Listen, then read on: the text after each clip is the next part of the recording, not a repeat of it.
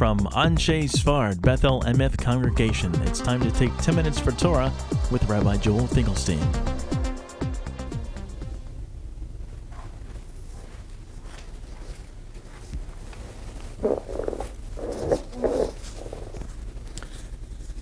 If we ask ourselves a question, what is Tisha B'Av? In order to answer that question, we need to ask another question. And that is, why all the differences between Kodem Chatzot and after Chatzot, before noon and after noon, here in Memphis, Tennessee, prior to 105 this year, after 105, there are changes in the practices of Tisha B'Av at that point. And if we can understand why those changes take place, perhaps we can understand what Tisha B'Av is all about. What changes take place at noon? Well, we're sitting here, Tisha B'Av evening, evening of tears and sadness, and we're sitting here, relatively speaking, on the floor, in a low chair that's so low that it's as if I'm on the floor. But after noon, after the keynotes, after 105, I'm going to get up and I'll sit on a regular chair. Tomorrow morning,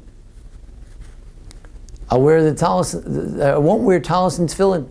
For Shacharis, I will not wear my tefillin. I will not wear a talit. But at Mincha, after 105, Mincha time around 1:35, yes, we do wear tefillin, we do wear talit. Somehow I'm so mournful that I don't wear tefillin. But in the afternoon, somehow, things are different. Throughout the day, we don't talk that much about consolation. But at Mincha, there's a special prayer, Nachem, may God bring consolation. And we focus on the notion of consolation. When we get up from the keynotes, the very last words, Nachem, Drachem Tzion, is that God should have mercy. But before we get up from those keynotes, before 105, we don't speak too much about the notion of consolation. There are other minor customs as well that are different between before noon and afternoon. Whether you can work, many people say that you should remain focused on the keynote all morning, only go to work later. Why the difference between before noon and afternoon? What happens in that transition? Rabbi Soloveitchik outlined 3 possible approaches. Number 1, famous Midrash. Midrash speaks of the psalm that says, Mizmor la'asaf elokim ba'u goyim nachatecha timur eichal kodechecha shamu Yisrael le'im. There's a psalm for Asaph, one of the sweet singers of Israel, that the Gentile nations have come into the sanctuary and had defiled our sanctuary. So the rabbis say, Mizmor le'asaf. Asaph is singing a song because the Gentiles have entered the sanctuary? Kina li'asaf mi ba'alei. They should sing a lament, not a song. So the answer is that he was singing a song. You know why? Because shafach chamasa al eitzim v'avanim.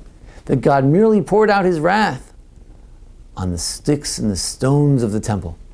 And thank God, not on the Jewish people. The Jewish people continued. The Jewish people went on. When did this take place? This consolation that God would only destroy the temple and not the Jews, this took place in the afternoon. Rabbis tell us in the Gemara in Tainis that actually it was in the afternoon of Tisha B'Av that the temple was burned. It was actually on the 10th day of Tisha B'Av that the temple was mostly burning.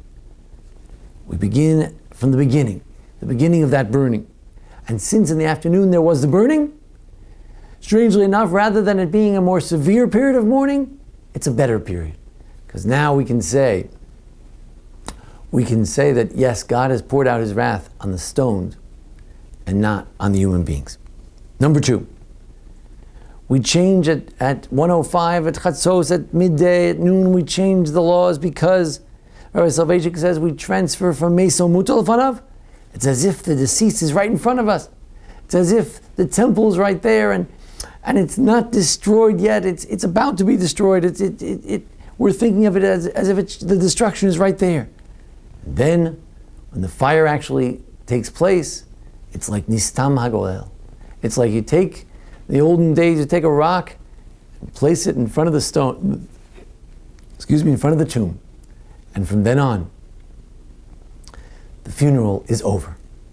The funeral of the temple, so to speak, temporary funeral, the temple will yet be back, but that took place in the afternoon. Therefore, the afternoon is different. We transfer from Mesa Muta Lafana, from a period of intense mourning as if the dead is right there in front of us. The destroyed temple is right there, and then it's over. It's not there anymore. It's burned. It's gone. Therefore, we transfer to a second level.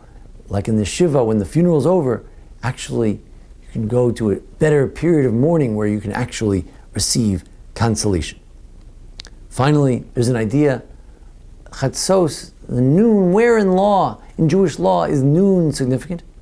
Well, a fast day that went a half a day, that has some significance to it. But a fast day, which is only a few hours in the morning, usually that's not so significant. There's a case of Rabbi Lazar, rain, and it indicates there that if a fast is a fast for a half a day, it's a real fast. So we say, you know what? By 1:05, I've already experienced a real fast. It was already afternoon. I can't stop. I have no right to stop the fast at that point. But it's a real fast. And once I've already done some real fasting, now I can begin to get up. Like on the 7th day of Shiva, God forbid, a person can get up early in the morning. So I did some Shiva, it's enough. We can say we did some fasting. Some fasting means until noon. And now we can loosen up on the fast, get off the chairs, can put in our talis and tefillin, can begin to get some consolation. And now we'll answer our question. What is Tisha B'Av?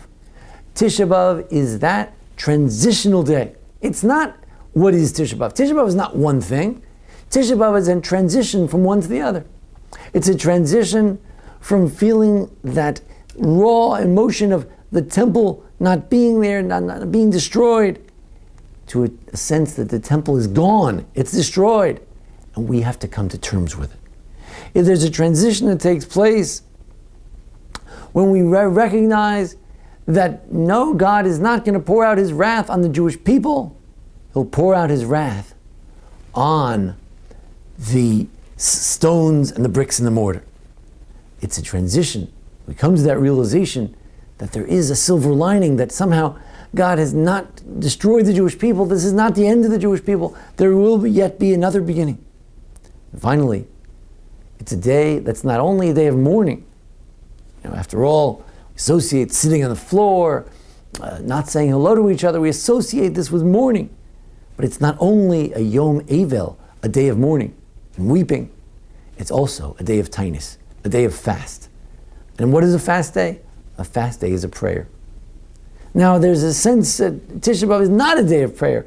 It's a day when we can't pray. Satam tefilati. My prayers are all stopped up. I can't do it. But we make a transition. We begin to say Kaddish Titkabal. We begin to ask God to accept our prayers. We begin to be more prayerful in the afternoon. And we come to go from Avelut, from a day of mourning, to a day of Ta'anit, of fast. And what is fast? Fast represents a prayer. Mourning represents distance from God. Fasting represents trying to come close to God. What is Tisha B'Av? It's a day of transition. Transition from recognizing that it's not the end of the Jewish people, it's the end of our temple. And we shall persevere and we'll have another temple. It's a day we go from transition from being in this raw state of, the temple is being destroyed in front of our eyes, to the temple is destroyed. Let's move on to the stage of consolation. Let's move on to the next stage of trying to rebuild the temple. What is this day? It's not only a day of mourning, of just giving up, sort of sitting on the floor and saying, rolling in the dust, but to say, no, it's a day of fast, a day of protest to God. Prayer, a radical prayer is what fasting is. And this radical prayer says, please, I'm doing what I can. I'm sacrificing my literally the fat of my body, I'm giving it to you like a sacrifice, like an offering. I'm making this radical prayer, and I've gone from mourning, from giving up, to making this radical prayer that indeed we hope that things will change for next year. What is Tisha B'Av? It's a day of transition. It's a day of transition from depression to hope. Thank you for joining us here at the Anshe Sfar Beth Elameth congregation for our special Tisha B'Av presentation. Join us each week for discussions of the Parsha and various holidays. And it's not a day for thanks and for greetings. We always appreciate Jason Lefkowitz for his production each week. This has been 10 Minutes for Torah with Rabbi Joel Finkelstein. To learn more, visit ASBEE.org.